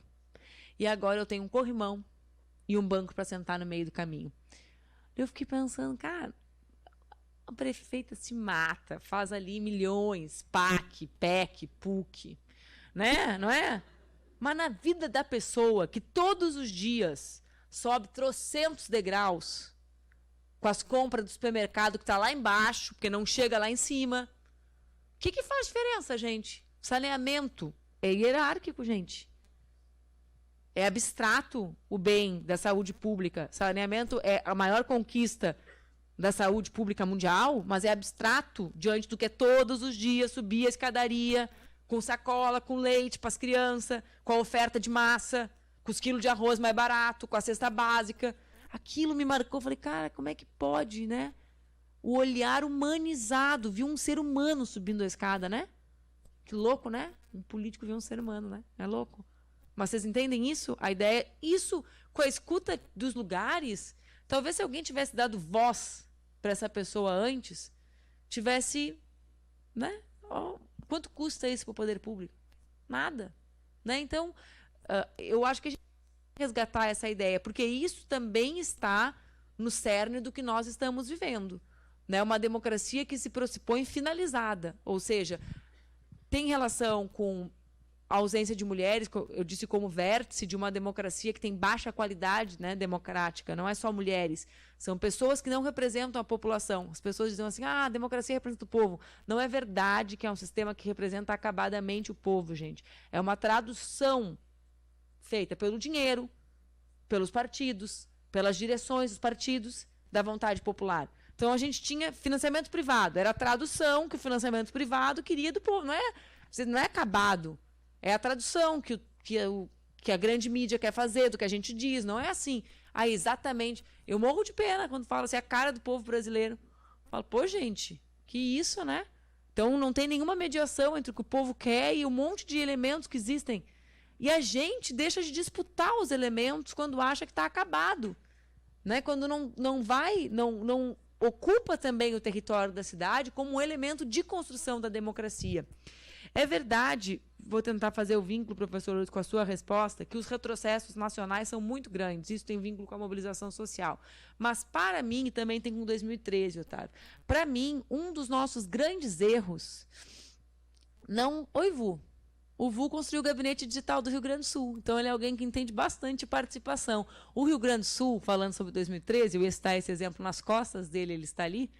Eu falo bem pelas costas, gente, porque as pessoas ficam exibidas, sabe? Falo mal na frente, assim, a pessoa fala, e aí falo bem pelas costas. Mas agora ele chegou. O Rio Grande do Sul tinha uma experiência de gabinete digital e as passeatas em 2013 tiveram um impacto muito menor do que tiveram nas outras capitais. Para mim, não tem acaso. Né? Tinha relação com a preocupação com a construção de espaços para fortalecimento da democracia direta, esse vínculo da democracia direta com a democracia representativa. Quer dizer, tinha um governador legítimo, porque a gente não pode admitir que questionem as instituições. Para mim, quem questiona a totalidade das instituições não somos nós. Não é a nossa turma, principalmente nessa quadra histórica, nesse momento da vida do Brasil. Né? Quem está decretando falência das instituições é quem quer fechar a porta da democracia e nos colocar na escuridão. Apaga a luz, tranca, sobe no helicóptero e atira. Né? E sobra quem sobrar. O helicóptero não vai atirar na Avenida Solto, vocês sabem disso, né? Vocês sabem que ele não atira por ali. Então, assim, eu acredito que tem relação com a nossa baixa capacidade de olhar para as grandes cidades como territórios que eram passíveis. Né? Eles até acertam falando isso mesmo, não guardei patrimônio, essas coisas que eles acham, sabe? Não fiquei rica, não tenho carro, né? Também não sei como é que eles ficam tão ricos, gente. É um cálculo para vocês fazerem, como é que eles compram carro, essas coisas, casa na Suíça, carro, com o salário do deputado também não dá, viu? Mas vamos lá. Mas eu não conheço nenhum país que tenha grandes cidades tão desiguais e com serviços públicos tão precários como as brasileiras. Olha, gente, eu conheço a América do Sul inteira. Não existe. Eu venho de Montevidéu hoje. Vocês conhecem, vários devem conhecer Buenos Aires. Né? Buenos Aires é mais perto de Porto Alegre do que o Rio de Janeiro. Então, Montevidéu e Buenos Aires, para mim, são cidades muito próximas. Né? São referências muito fortes. Mas, olha em Santiago do Chile, olha em Bogotá. Bogotá, a Colômbia, mesmo com uma situação muito intensa, conflitiva, do seu processo, né, de pacificação, que mais uma vez volta a ser conturbado, conseguiu ter cidades, também aspas, porque ali sempre temos umas pacificadas, com relação com a ocupação do território. Tem arma, mas também teve ocupação do território urbano. Quais as cidades que foram tão negligenciadas como as grandes cidades brasileiras? Tem a ver com muitos fatores, é a ver com desenho federativo, concentração de recursos na mão da União, tem a ver com tudo isso, né? Como que faz, como que concentra, mas eu acho que a gente demorou muito para ver. Não por nada, o 2013 genuíno, tá? Não o 2013 que acabou com a PEC lá dos promotores, Globo, etc., mas a coisa originária tinha muitas pautas relacionadas a serviço público. Gente, eu sempre falo isso para as pessoas que começam a discutir 2013, a gente também perde um pouco da subjetividade na avaliação dos grandes movimentos de massa. Os jovens pró-unistas, por exemplo. Eu sou da geração, eu e o Vu, que foi secretário do Rio Grande do Sul, fomos da Uni juntos. Nós somos de uma geração que passava nas escolas públicas falando em luta de cotas e o pessoal nos tratava que nem louco. Sabe? Olhava e dizia assim, nossa, gente, esse pessoal é louco. O pessoal de escola pública vai entrar na universidade pública. Eu me lembro quando nós defendemos o ProUni. Quase ninguém era a favor. Diziam assim, que isso, gente, absurdo. Agora, vocês imaginam que antes disso, talvez, ainda existe isso muito, mas não dentro da universidade, os jovens que estão na universidade, eles sequer saíam da universidade, dos seus bairros, das suas comunidades. Como existem muitos jovens, vocês sabem que não saem nunca das suas comunidades, né? Não saem. O Rio de Janeiro, pela sua geografia, ainda tem características um pouco diferentes. Que a favela é entranhada, é do lado da Zona Sul, fica aquela... Mas na minha cidade, por exemplo, que perpetua a lógica de apartação dos mais pobres, então, existe um centro, a pessoa pode ser de classe média em Porto Alegre, a gente nunca vê uma comunidade pobre. Pode viver a vida inteira sem ver, certo? Não é piada, nem exagero, nem drama. Então, vamos lá. O cara mora lá no Rubem Berta, que é a nossa comunidade mais distante, ou na Restinga, norte e sul, de Porto Alegre, para usar uma referência que não é a de vocês, que é muito diferente, sui generis são as favelas. Ele nunca foi, não teve aquela vivência no centro da cidade, ele começa todo dia para a universidade. A contradição dele, de ver que existe um território com todos os serviços, gente, e que ele vive num lugar que as pessoas não têm nada. Vocês sabem o que é isso? Vocês conseguem... Uma me disse que não é isso que acontece. A tomada de consciência da desigualdade, gente, na cabeça de milhares de pessoas. Quem não se revolta com isso tem um problema. É o inverso. Para mim é o inverso.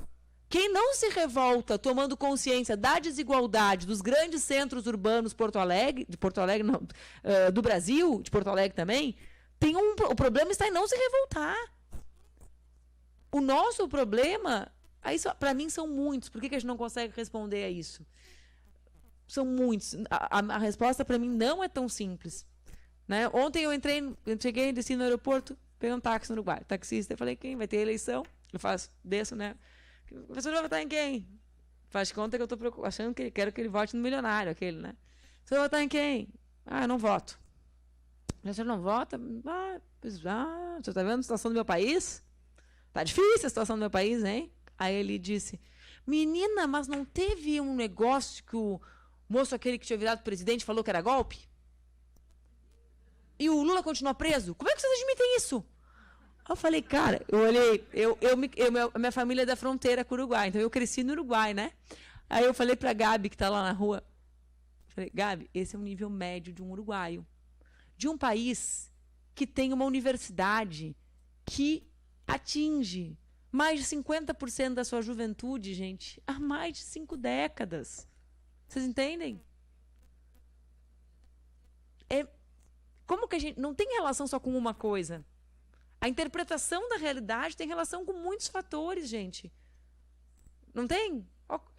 Como que a gente vai... Eu estou comprando uma experiência de um país pequeno, né? Mas só querendo mostrar como... Então... Poxa, democratizar a universidade não foi importante nesse processo? Foi. Eu acho, concretamente, eu era deputada federal. Eu acho que quem não olhou para o impeachment e para o que virou o Brasil e não entendeu que a gente fez milagre diante da realidade que a gente tinha, não entendeu nada. Sabe? Eu tinha um pessoal que perguntava assim, por que tu foi embora de Brasília? Depois da votação do impeachment, naquela noite, pararam de perguntar tudo. Numa noite só. Vira 10 minutos da votação e diz assim, agora eu te entendi, tu aguentou 8 anos daquilo. Né? Todos os dias da tua vida, toda a tua juventude tu passou com aquilo ali, sabe?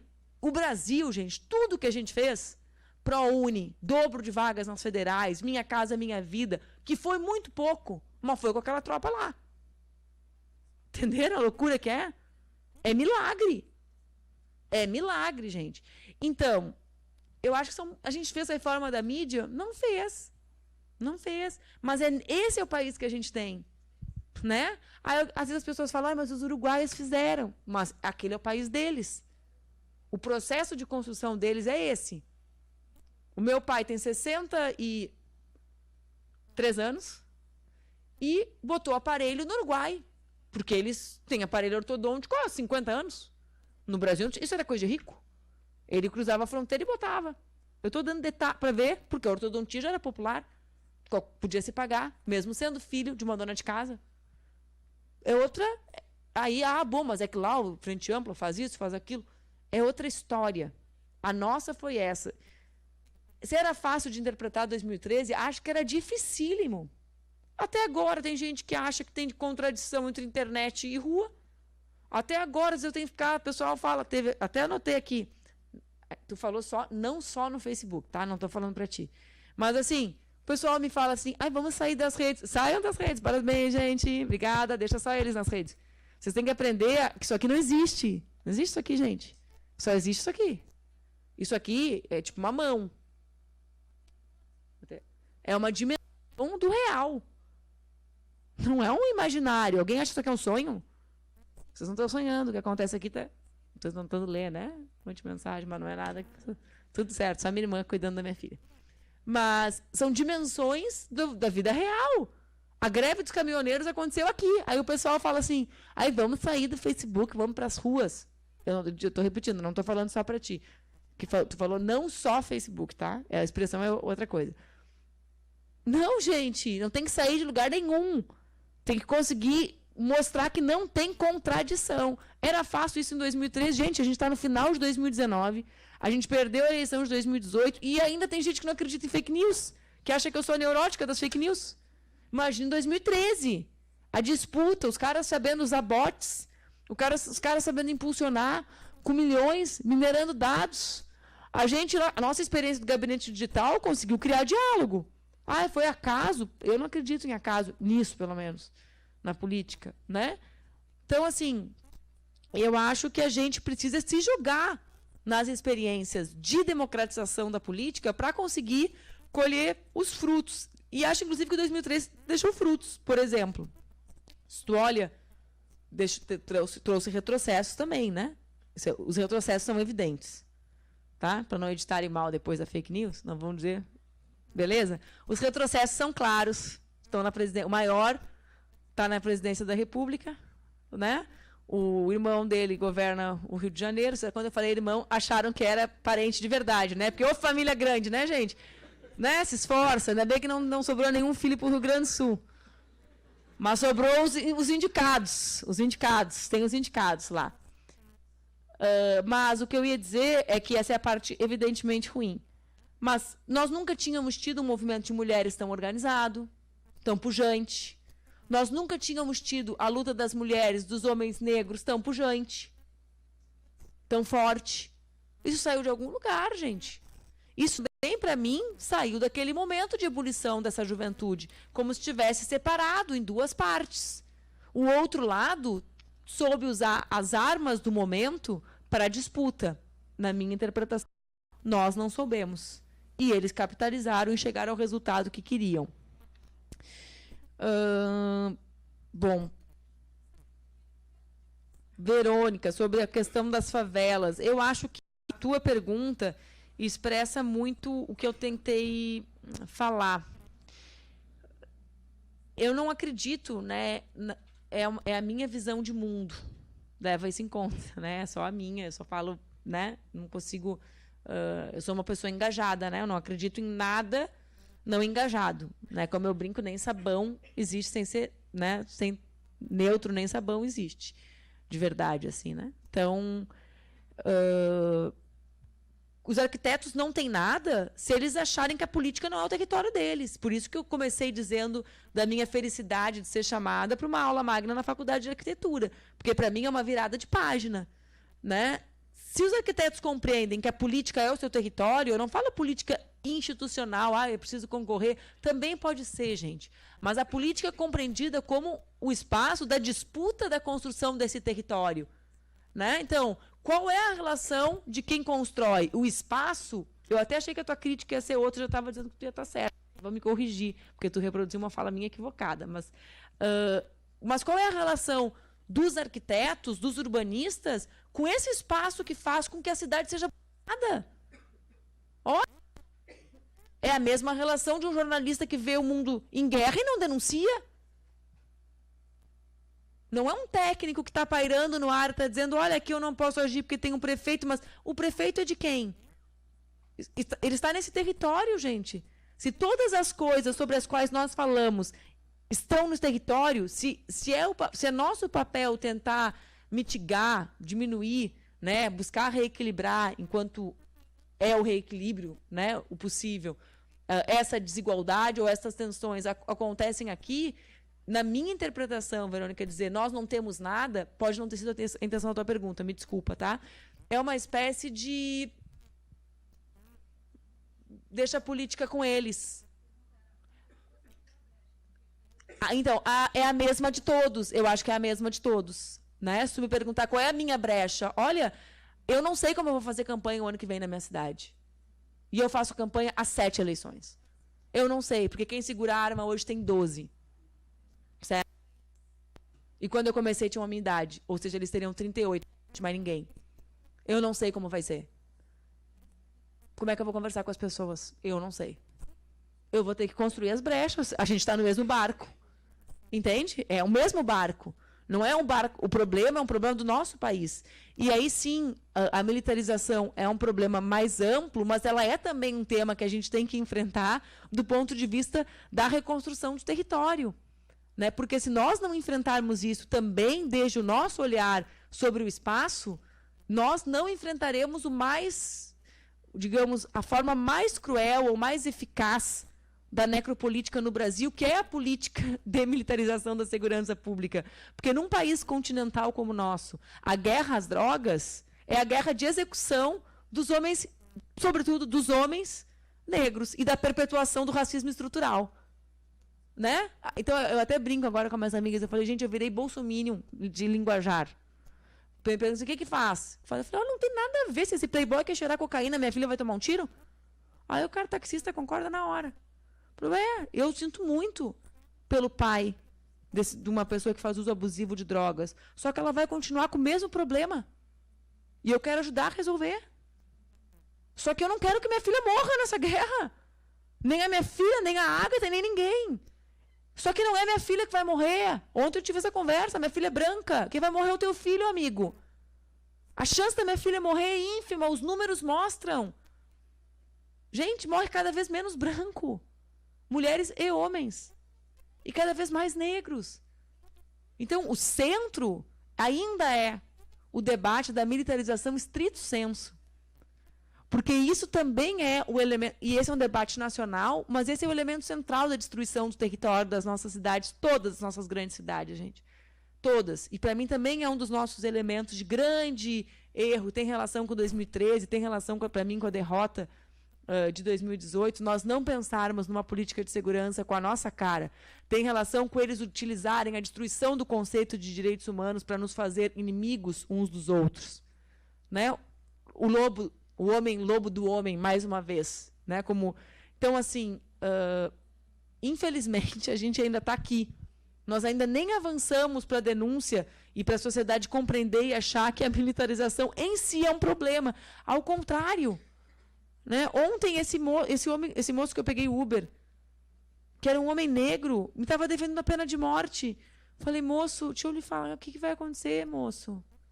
Se o seu filho for pego com um chocolate no supermercado, o senhor viu esse vídeo? Aí eu vi, eu falei, moço, o que o senhor acha que vai acontecer com a minha filha? Branquinha, crespinha, loirinha. Quem o senhor acha? O clube que o senhor vai tem desembargador? Quem vai lhe defender, moço? Quem vai ser o advogado? Vai ser o defensor? Nem defensoria vai ter mais, moço. Como é que o senhor está defendendo isso? A gente nem avançou. A gente tem que avançar no conceito mais primário ainda, para a reconquista do território.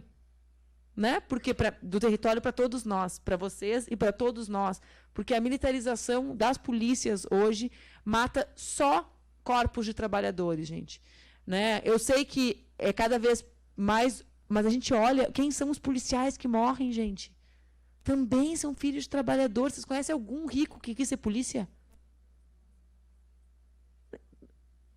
Tá tudo nos seus apartamentos, gente. Vocês viram batida em festa com MD? Viram alguma? Agora o meu apelido no WhatsApp é MD, o pessoal está debochando de mim, vou ter que mudar. Eu não sabia, né? Ingênua, bobada, velha, a pessoa fica velha, não sabe nem o nome das drogas que estão se usando, tá vendo? Isso é sinal de velhice, né? O pessoal, ha. Falei, não estou entendendo a piada. Ha. Mas ela dava, era óbvio. Eu estou super feliz. Viu? A pessoa fica desatualizada, todo mundo vai ficar velho. Estou avisando para vocês, vocês também vão ser essa pessoa um dia. Não riam da minha cara, mas Já viram batida que aprendi? Não viram, né? Então assim, para mim, esse é um debate central, ainda no ponto anterior.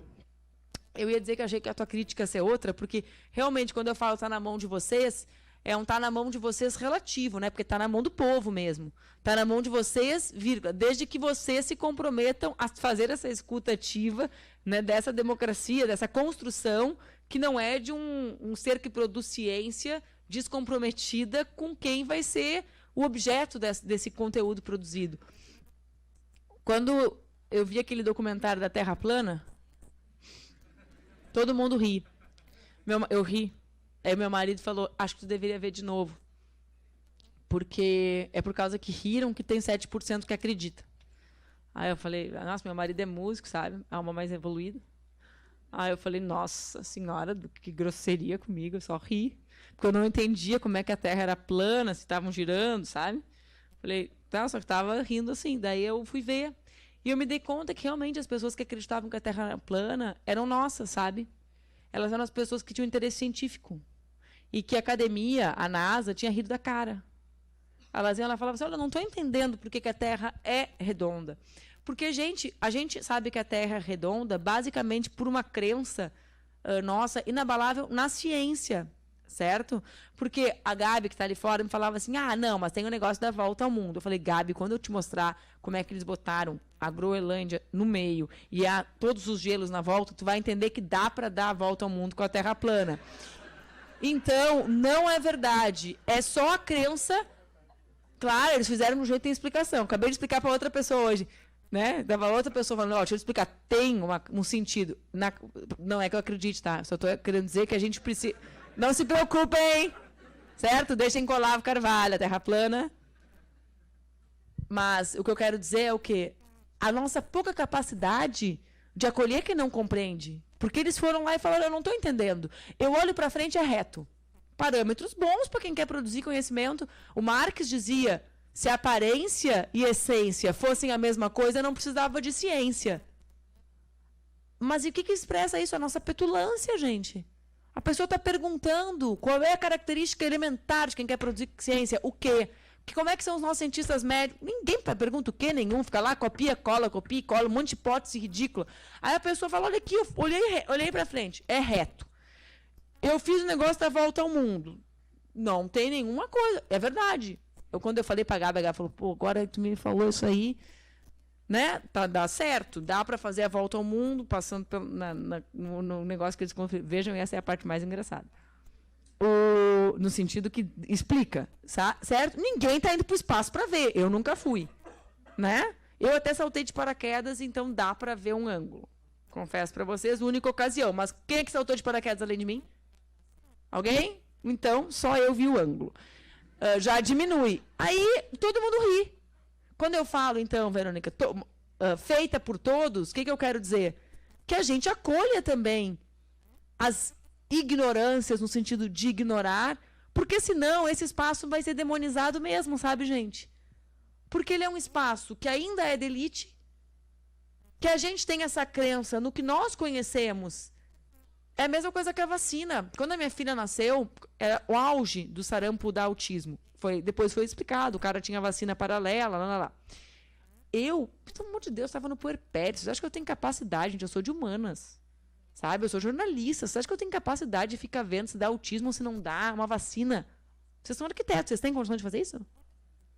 Eu falava, eu tenho uma fé inabalável no Sistema Único de Saúde. Se o SUS não proibir, se não disser, eu vou vacinar minha filha. Eu fechava o ouvido o dia inteiro. Bomba, vai ter autismo, vai ter autismo, vai ter autismo. Eu não acredito nisso. Só por isso. É quase dogmática essa fé. Por quê? Porque ninguém enfrentava. É óbvio que todo mundo vai vacinar. Num mundo que te oferta informação aqui e que a ciência não tem a disposição de ofertar a informação com o saber científico tão popular quanto, né? Tão veloz quanto e tão democrático quanto, ou seja, respeitando as angústias legítimas das pessoas que ignoram, difícil. Então, essa, para mim, esse está na mão de vocês, é sempre condicionado a isso. Cada vez mais, porque senão não será democrático. E eu acho que isso também tem relação com os nossos retrocessos recentes. Até as piadas que a gente faz com o Bolsonaro, às vezes, elas recaem nos mesmos erros elitistas das piadas que faziam com o Lula. Teve um dia que é a minha área, né, da comunicação, da semiótica, que eu vi o pessoal debochando dele comendo pão com leite condensado sem prato, sabe? Eu nunca comi mesmo pão com leite condensado sem prato, eu nem como pão, né, gente, porque tem carboidrato. Mas tá difícil a vida depois dos quase 40 ali. Mas o fato é o seguinte, que quem come pão assim é trabalhador, né? Que come correndo, caminhando. E aí eu falei, gente, a loucura do povo, né? Essa é a caixinha de isopor do presidente Lula. É o símbolo, né? E a turma nem entende, porque é uma narrativa de elite, sabe? Então a gente reproduz, às vezes, esses nossos ranços. Com relação ao presidente Lula, eu até acho que eu nem preciso falar sobre isso, né? Porque eu brinco com o pessoal, você sai na rua, tira um adesivo, eu sou o adesivo, né? Sabe? Então eu brinco assim, eu sou uma foice martelo ambulante, eu sou o Lula livre ambulante, né? Porque eu abri mão da minha candidatura em defesa dessa causa, né? O meu partido concreto. Tem gente que ganha fazendo as coisas, a gente perdeu. Né? A gente perdeu deputados por abrir mão de uma candidatura. Ia ser, imagina, ter uma candidata de 36 anos, mulher, no auge do feminismo, por um partido, o impacto que isso tem na organização, na filiação, na eleição de deputados. A única razão da gente retirar são duas crenças, tem relação com a tua pergunta e com outra. A necessidade da unidade de um campo político, né, da unidade real desse campo político, e a certeza de que a prisão do presidente Lula é uma prisão política e que ele merece um julgamento justo, como todos os brasileiros merecem. Né? O presidente Lula é símbolo de um sistema jurídico que sempre teve lado, gente. Metade dos presos brasileiros não foram julgados. Ele foi julgado injustamente. Né? Metade, gente, dos 760 mil presos não foram julgados. Se isso não escandaliza vocês, né, a minha escandaliza. Ter liberdade restrita, algo que não é devolvido, que o Estado não tem como devolver, sem passar por um julgamento. Então, para mim, isso é óbvio. As mensagens, o conjunto de matérias que têm sido veiculadas pelo Intercept, pelos parceiros jornalísticos deles, depois da chamada Vaza Jato, comprovam isso. Mas não havia necessidade delas, na minha interpretação, porque nos próprios autos já estava dado que o julgamento era um julgamento político, porque era um julgamento sem provas. Então, só serve para que as pessoas saibam a sordidez, né, do julgamento, a comemoração da morte do neto, né, coisas que demonstram o caráter classista da Justiça, do Ministério Público e um conjunto de ilegalidades e crimes cometidos por autoridades do Estado brasileiro. Porque aí também tem relação com 2013. A luta de 2013 ela era uma luta anticorrupção. E a corrupção no Brasil sempre foi vinculada com o poder legislativo e, no máximo, com o executivo. Nunca foi vinculada ou atribuída ao judiciário ou ao Ministério Público. Acho que, num certo sentido, as mensagens da Vaza Jato também tornam público, né, que não existe poder ou parcela do Estado imune à corrupção e à má conduta. E a gente tem a obrigação de vincular isso à denúncia da prisão injusta do presidente Lula e à nossa luta pela democracia, mas nós devemos fazer mais do que isso. Né? Nós devemos também sempre vincular isso à luta por um Estado democrático, gente. Porque sem transparência de todos os poderes não há democracia. Como que o judiciário é encastelado dessa maneira? Então, hoje nós tivemos uma vitória, né, que foi o MP se manifestar contra... Mas como que eles fizeram um sistema que eles conduziam todos os processos dessa maneira, se protegendo, se perpetuando as suas decisões? Então, acho que existe um elemento ainda mais profundo que tem relação com Lula, mas não apenas com ele, e que será um desdobramento. Qual a importância dessa luta? Para mim, a luta democrática ela é a luta mais importante do Brasil atual. A prisão do Lula e a luta em torno da liberdade do Lula tem relação com isso. Né? Ela é uma prisão política, ela é o marco desse momento que a gente está vivendo, ou seja, quando o Lula é preso, na verdade é um pouco antes, né? Quando começa o golpe, agora reconhecido pelo Temer, então acho que ninguém mais questiona. Teve várias pessoas que voltaram para os grupos da família, né? Mas quando teve o golpe, começa uma crise institucional, né? Um processo de enfraquecimento da democracia brasileira, de rupturas, pequenas, intensas rupturas institucionais. Agora, para mim, ela é uma luta dialética, porque eu sou marxista. Né? Isso aí não é fake news, eu sou comunista, eu fui convidada, todo mundo sabe que eu sou, né? Todo mundo sabe? Tudo o resto é fake news, gente. Tatuagens no peito do Che Guevara, do Lênin. Minha tatuagem aqui é uma rosa linda. A outra aqui é minha filha, não tem Lênin. Negócio de mamadeira, negócio de Miami. Tudo é fake news. Mas que eu sou comunista é verdade. Então, eu sou comunista porque eu sou marxista. E eu acredito num negócio chamado dialética. Então, assim, não é um pensamento linear, que seria um pensamento assim, mais vinculado à doutrina católica, assim, né? Embora eu seja cristã, mas o pensamento filosófico meu ele é dialético. Então, o que significa isso? A liberdade do presidente Lula, para mim, é uma questão central. Agora, Lula só será livre, e eu estou preocupada aí com ele, pessoa física, né? É um homem que está preso, que tem a liberdade restrita, se o Brasil for democrático. E, portanto, a luta pela democracia é a luta que constrói condições para a liberdade de Lula. E, portanto, todos aqueles que lutam por democracia, mesmo que não sejam parceiros da luta pela liberdade de Lula, tornam-se parceiros da luta pela liberdade de Lula. Vocês compreendem? Isso é dialética, né? Se o Brasil fecha, torna-se antidemocrático, não há chance da liberdade de Lula. Se o Brasil amplia a sua liberdade, a chance da construção da liberdade de Lula. E, portanto, a democracia, para mim, a luta antifascista, a luta pela democracia e todos aqueles que se enfileiram desse lado são nossos parceiros. E isso fortalecerá a luta dos meus já parceiros em defesa da liberdade do presidente Lula. Isso, para mim, é a forma como eu entendo.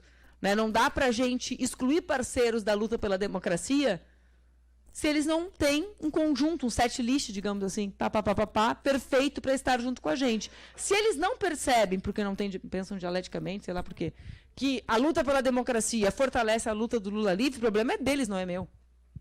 Né? Mas, para mim, a democracia e o fortalecimento da luta pela democracia resultará na construção da liberdade do Lula. Não existe como não construir, porque o fortalecimento das instituições passa pela existência da ideia de um julgamento justo para ele e para todos os brasileiros, porque ninguém está acima do Estado e ninguém está abaixo dele também, que é a forma como ele foi julgado. Eu deixei para falar, por fim, eu não sei, João, te responder. Eu nunca entendi. Eu pergunto isso desde que eu tenho a tua idade. Não precisa me olhar também, porque é difícil, às vezes, você também fica com vergonha, né? Mas tu está escutando? O pessoal briga comigo, sabe por quê? Porque eu escuto, e daí eu falo assim, eu escuto com o ouvido. No meu partido eles não gostam que eu faça isso, eles ficam falando, às vezes eu me canso, eu fico fazendo assim, mas eu estou escutando. Então, se tu conseguir me escutar, tá bom. Eu realmente não sei. E é justamente por eu não saber que eu não admito. Sabe o que é admito? Sabe? Então, assim, eu acho que se tu não entende, ninguém devia entender. Tu entende? Tudo que uma criança não consegue entender é porque não tem explicação. Não existe uma explicação para as pessoas não gostarem dos negros. A explicação é horrorosa.